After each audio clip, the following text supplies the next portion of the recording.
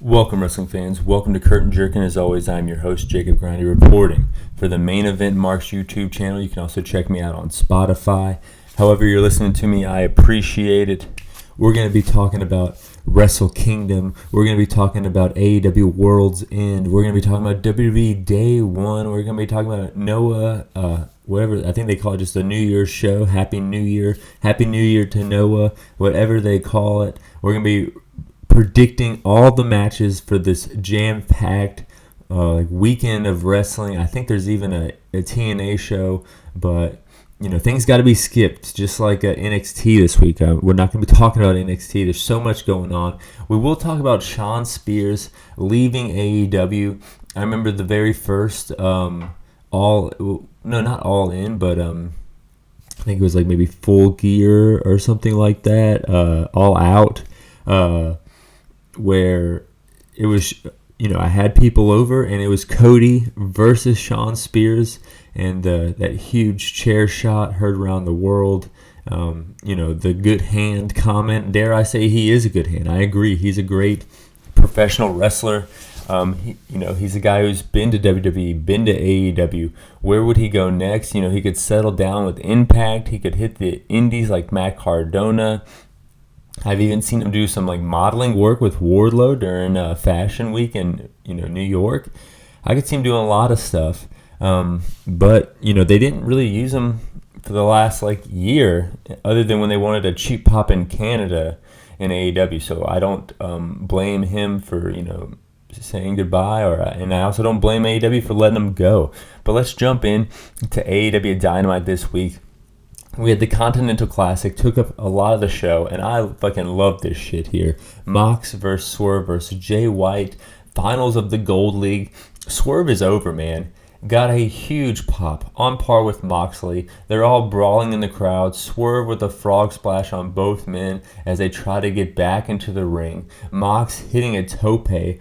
All three men back in the ring, but feeling the effects of the brawl from the outside. Jay White brings in a chair, so they battled around the arena, no 10 count, and then there was a weapon used. You gotta get on the ref for this kind of shit. Death Rider, 1, 2, 3. Mox wins the Gold League. Swerve upset backstage.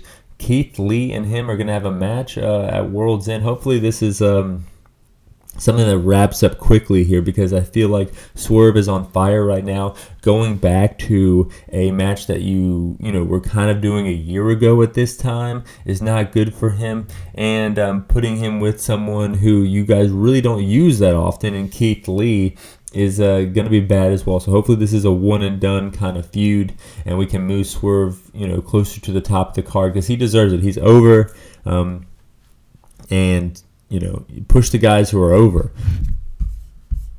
That's kind of the name of the game. But that wasn't the only Continental Classic match this week on Dynamite.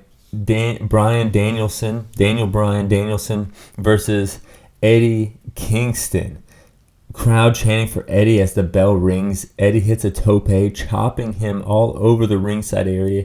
Danielson gets the upper hand, and he lays it in. Back in the ring, still chanting for Eddie. LaBelle lock applied. Eddie gets out. Strike battle in the middle of the ring.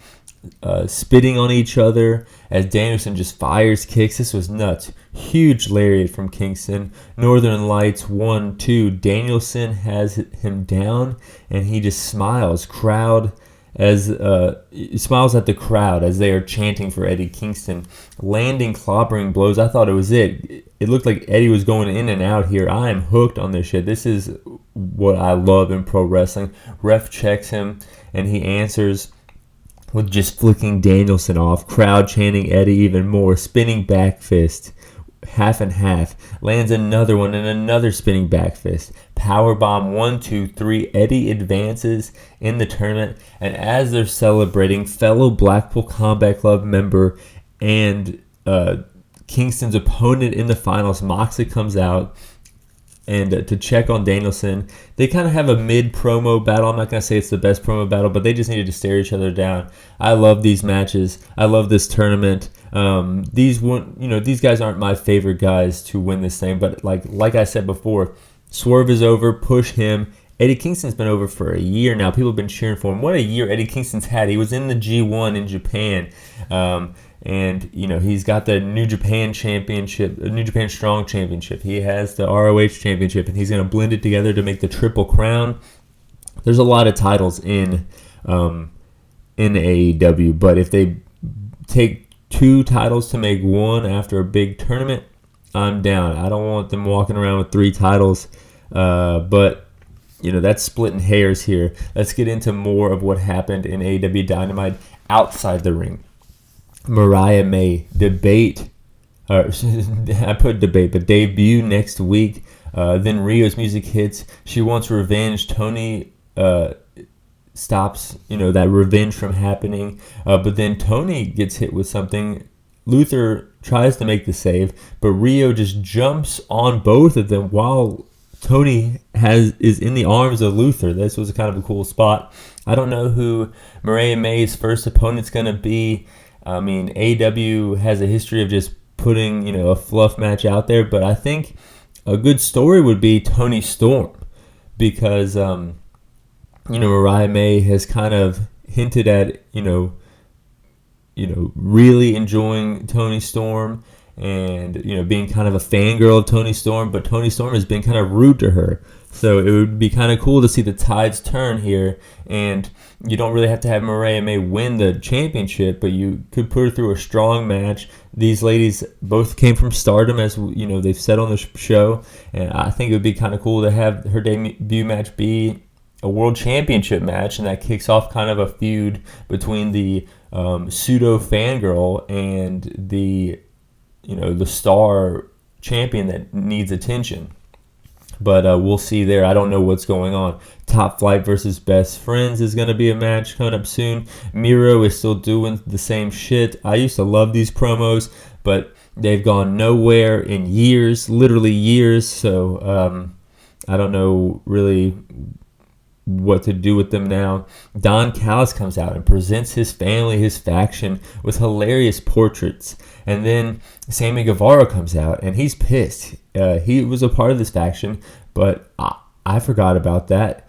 And he's mad at Don for not, checking in with him as he was gone, taking care of this baby. Callis takes a bunch of cheap shots at him, and then Sammy's had enough. He attacks Don. And then Don's family, the faction, jump in, and, it's a 4-on-1 beatdown. Jericho comes out, Starks and Big Bill come out, and then the lights go out, and it is fucking Sting, along with Darby Allin, cleaning house. We get an 8-man tag for the pay-per-view. Sting and Darby teaming with Chris Jericho and Sammy Guevara versus Hobbs, Fletcher, Takeshita. I don't know. Some team, I don't know. We'll look at the predictions later, guys. But there's an 8-man tag going on with this melee. Roderick Strong has a graph showcasing why MJF is the devil, doing their best Charlie Day impression of that, famous meme from Always Sunny in Philadelphia. And then throughout the night, Christian was just waiting on Adam Copeland. They were going to do a face-to-face, waiting. He's getting increasingly frustrated. And then we get word Adam Copeland's in the building. Christian still waiting, and then all of a sudden he just appears and just attacks him. That was well done, well built, and hilarious. Locker room clears out, trying to keep these two apart. They had a great match a few weeks ago, and they're going to probably have a great match at the pay-per-view. I feel like their feud is in this like little bubble, other than this pull part here that no one really touches, and it's great. It's great stuff. Ruby and Saraya. In the back, Saraya gets Ruby a little helper, which is that girl that used to be in the TMZ skits. Eyes up here, you know what I'm saying? And as Ruby, sees her, she gets a call, and Saraya asks the little helper to show her the thing that, show her something. And she pulls a knife out. And, this was crazy. She starts to laugh. She looks at the knife, and Saraya's like, no, not that thing, not that thing. And then they, kind of scamper away as Ruby Soho answers this call. So we'll see where that goes. Maybe someone's getting stabbed in the back. I don't know. But there were some other matches that happened. on AEW Dynamite. Chris Statlander versus Sky Blue. Delayed suplex from Statlander. Then hit a chaos theory. Statlander was killing it here. 1-2. Sky kicks out. Code Blue. 1-2. Statlander kicks out. Julia Hart clocks Statlander on the top rope. Sky Blue hits a Code Blue from the top. 1, 2, 3. That's got to be the biggest win of Sky Blue's career. She's looking all good now. She's with Julia Hart. The spooky little teen queens things they're running around. We'll figure that out. Willow comes to the aid of Statlander because they were attacking her after the match, and as they scamper up the top ramp, Abaddon shows up. Of course, Abaddon facing Julia Hart in the pay-per-view, and so they had nowhere to go. They were making enemies left and right. We'll see where this goes here on the pay-per-view. And then we have the Devil Dickheads versus MJF and Joe. Devils come out like Moxley through the crowd, fully covered, and then MJF comes out. Then they show the backstage area to reveal that Joe has been attacked, holding his leg. MJF says he's doing this match anyways. Ref distracted, and another Devil Dickhead hits MJF with a pipe.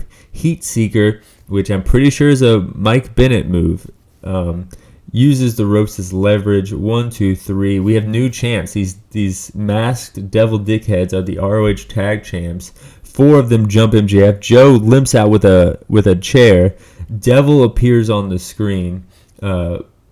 Pleasure doing business with you, which is apparently a quote that Adam Cole told MJF at the end of their All In match. MJF has his back turned to Joe. Joe attacks him with the chair, hits a muscle buster. He's running around like crazy. He's not limping anymore. He set MJF up. Is he with the devil, or is he turned on MJF because they have that match at World's End? We don't know. But I think the devil is Adam Cole, and I think that the Kingdom is in his group, and I think maybe Wardlow might be in the group. Maybe Joe is in the group. But the segment that does reveal the devil has to be good. People have been kind of making fun of this devil thing. It's lasted for so long. Some people were injured, so they couldn't really dive too much into it. But I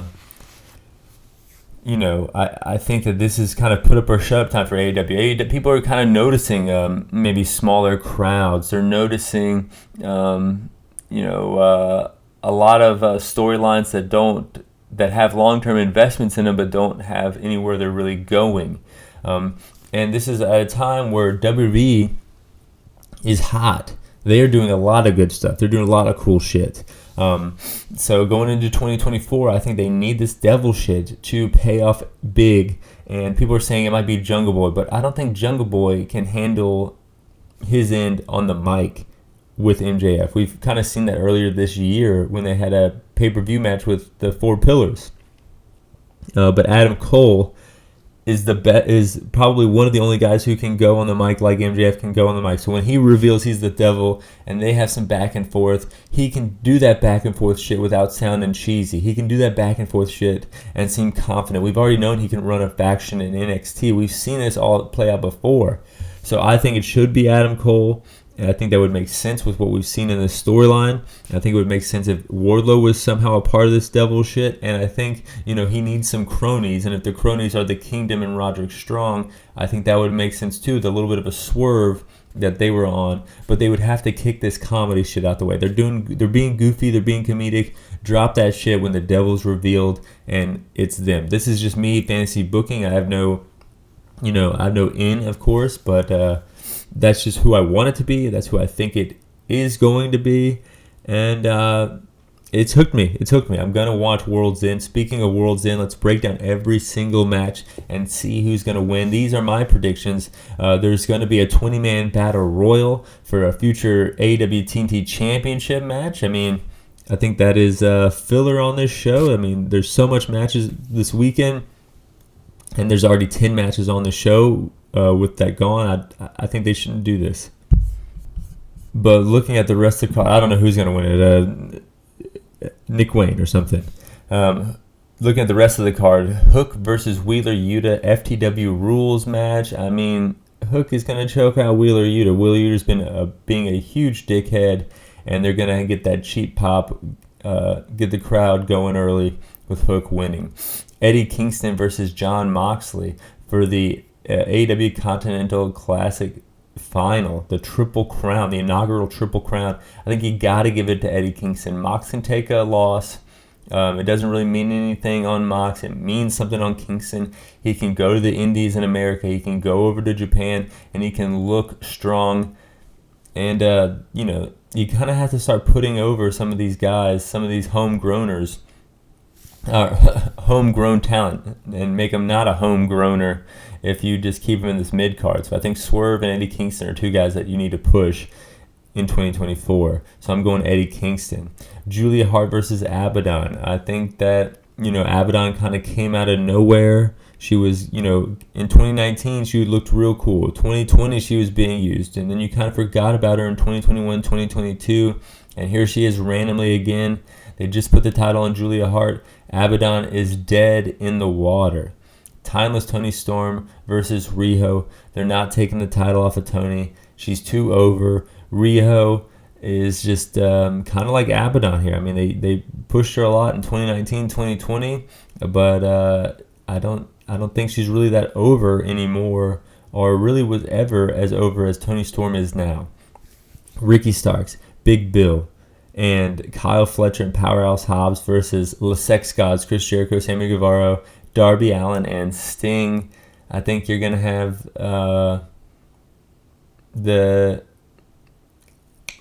I don't fucking know. This is a hodgepodge. I would have the 8-man tag. I would have Le Sex Gods, Sting, and Darby Allin win this one. Christian Cage and Adam Copeland. You had the mom turn on Adam Copeland. Now you are going to have Adam Copeland win. This is Adam Copeland winning this TNT Championship, standing there. Boom, on this day, I see clearly. Everything is brought to light. Fireworks, lifting the title. I can see it now. Swerve with Prince Nana versus Keith Lee. Swerve wins handedly. Miro versus Andrade El Idolo in a match. I don't know.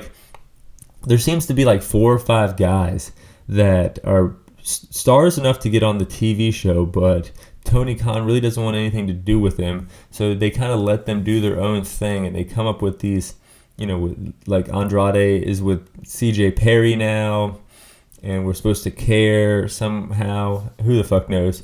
But I think Miro is going to win this one here. Blackpool Combat Club, Claudio Castagnoli, Bryan Danielson. Wait, what is it? 8-man tag. Blackpool Combat Club, Claudio Castagnoli, Bryan Danielson, Mark Briscoe, and Daniel Garcia.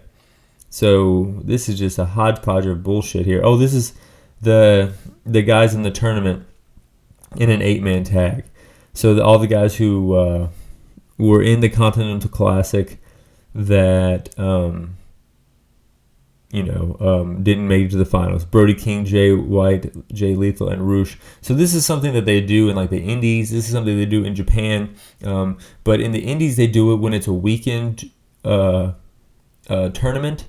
So they already have the guys there. And then in Japan, they do it because it's a tour. So they're already on the bus and stuff like that. So this is taken from that. And this show is already, like I said, 11 matches. You could have trimmed the fat on the show. The Battle Royal and this 8-man tag, they don't need to be on this shit. Who cares who wins this thing? It's a hodgepodge of bullshit. You already have another 8-man tag on this show.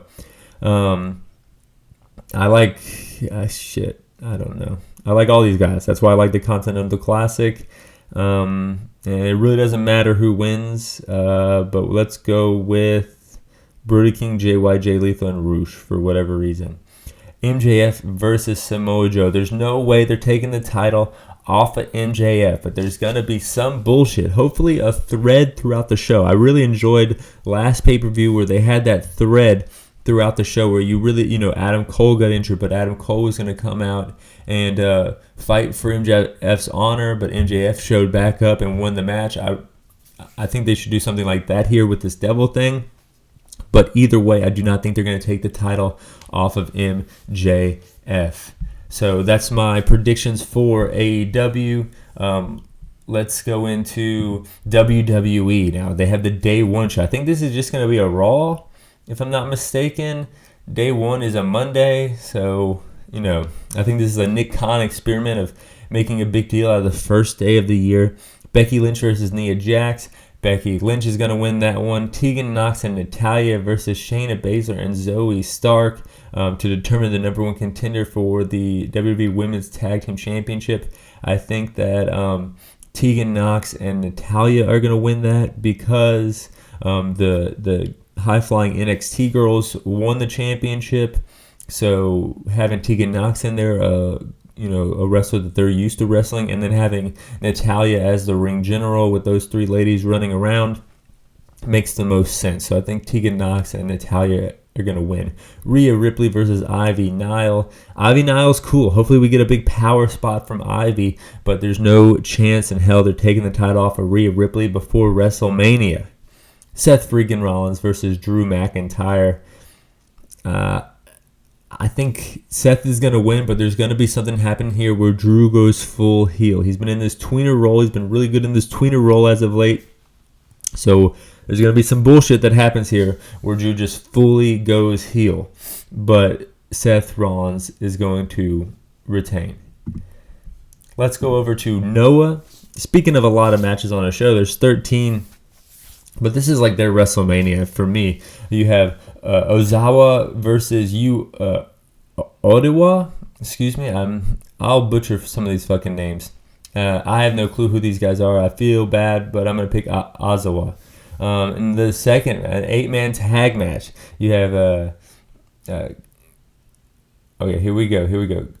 Kotagi Muhammad Yani, super crazy. I know him. Teriyaki versus.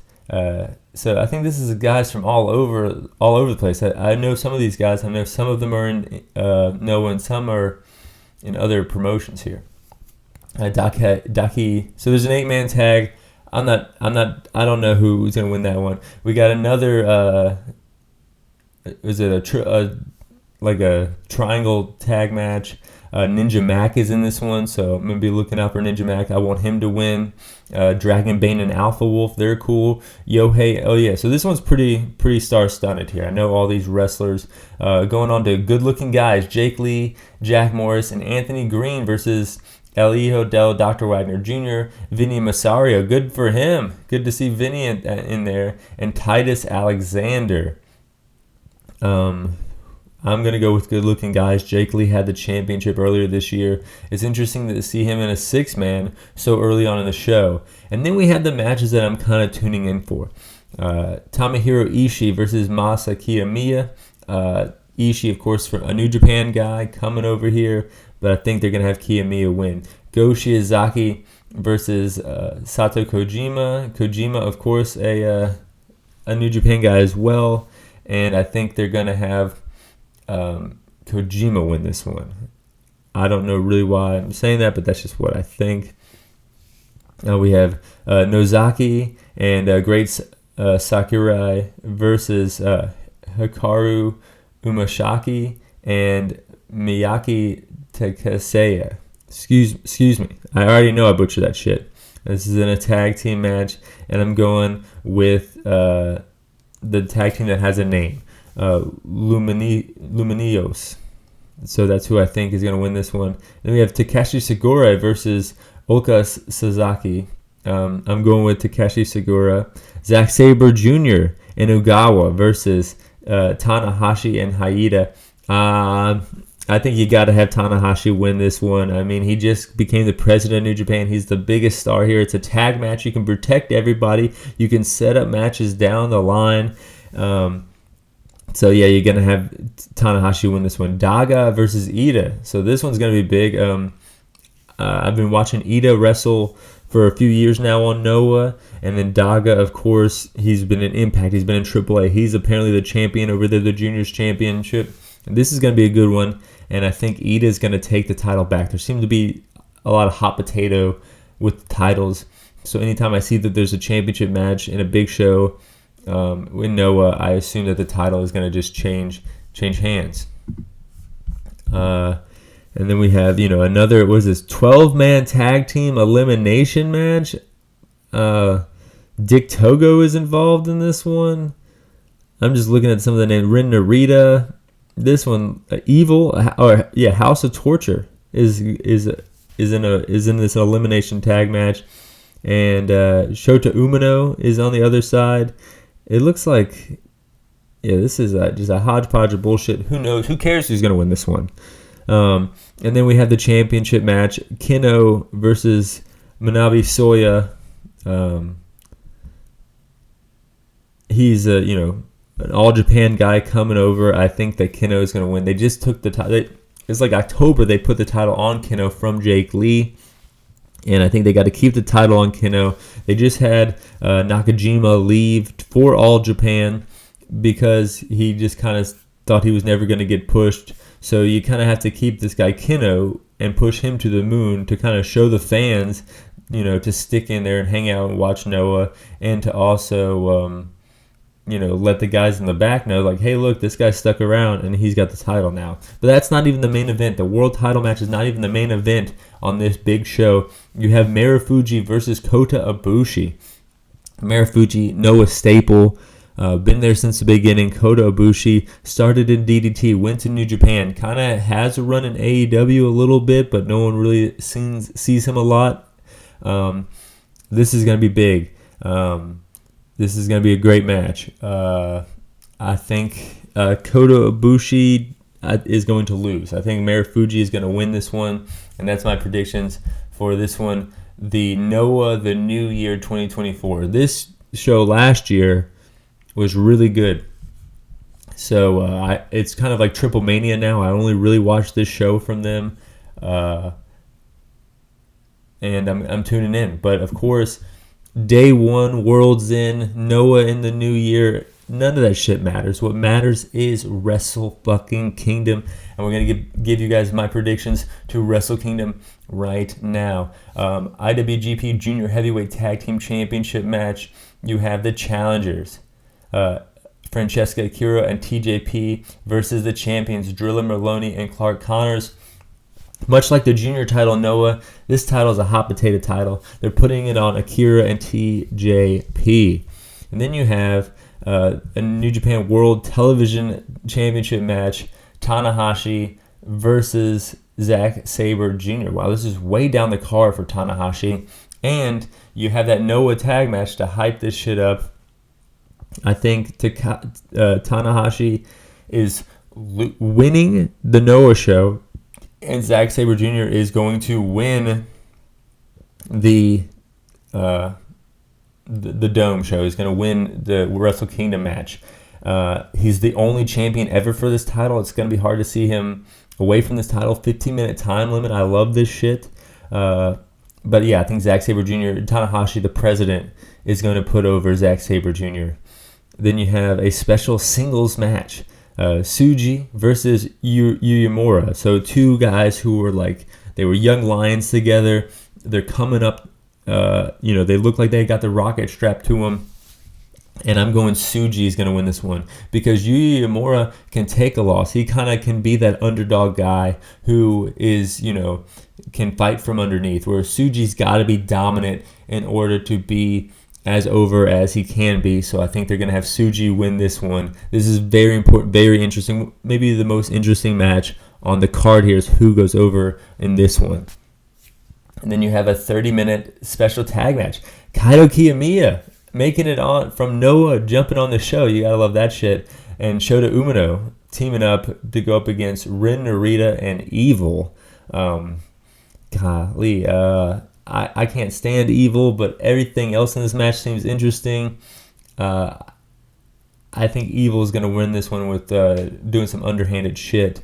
I hate that Ren Narita is with Evil, though. Ren Narita is the man, young lion, the second coming of Shibata, and he's in the House of Torture doing a bunch of goofy shit. I don't want to get involved with that. We're predicting Wrestle Kingdom. We're not talking about how bad I hate House of Torture. Never Openweight Championship match, Tama Tonga versus Shingo Takagi. I think this match happened, if I'm not mistaken, earlier this year in Las Vegas, and it was good. The second title defense from Shingo Takagi. They're trying to push Tama Tonga. I'm going with Tama Tonga because they like Tama Tonga. They seem to be pushing him a little bit down our throats. And Shingo Takagi isn't a homegrown guy. They want us to kind of forget that he was the world champion. They want us to forget how awesome he is. So I'm going with Tama Tonga. I'm not doing any kind of New Japan conspiracy theories here. This is just what I'm going with my heart here. We have the 60-minute time limit IWGP IWGP Tag Team and Strong Openweight Tag Team Championship match. So I guess the unification of these titles here. Yoshihashi and Goto versus El Phantasmo and Hikuleo. I believe this was we saw this match for the World Tag League. So this is pretty good. It was a great tag match, and I think Yoshihashi and Goto are going to win in the Dome. The El Phantasmo and Hikuleo, they're great, but I think they're putting over the vets here. And then you have the IWGP Junior Heavyweight Championship match, Hiromu Takahashi versus El Desperado. This match is going to kill it. These guys always kill it. I think Takahashi is going to win. I think they're going to keep the guard here in the tag match and the junior title. They're going to put over the guys they've been putting over for years. Then we have the IWGP Global Heavyweight Championship, inaugural champion. So I guess it used to be called the United States title. Will Ospreay made it the UK title. Now they're changing it to the global title. All three of these men have held that title before. Will Ospreay, Jon Moxley, David Finlay. Will Ospreay's going to AEW. Jon Moxley's already in AEW. They're going to put the title on David Finlay here. Then we have Okada versus Bryan Danielson. The match that we wanted, that kind of, it kind of got a little fucky with Bryan Danielson's injury. But I'm going with Okada winning in the Dome. Of course, when in doubt, Okada in the Dome. That's what you got to put your money on. And then we have the main event, Sonata versus the challenger Naito. Sonata, the storyline here is Naito took him under his wing and he joined Los Ingobernables de Japón for years. Then Sonata left Naito, kind of created his own faction in just 5 guys, and then became the world champion, looking sleek, wearing suits, wearing cool shades. Has he been that good of a wrestler for years? No. I think that he phones it in if he's not being pushed, and he's not that good when he's getting pushed. That's just me. So I think they're going to put the title on Naito. They're going to finish the story, to steal a phrase from Cody Rhodes, and have Naito win in the Dome, beating his former protege, now enemy, to hold the IWGP Heavyweight Championship. The feel-good moment in the Dome that we all want, and that's what I think is going to happen here. Man, I've done a lot of predictions. More predictions than reviewing, which is rare, but you know what? I'm looking forward to 2024. Listen to my 2023 year-in review special I did with Troy, and fly high. I'm out.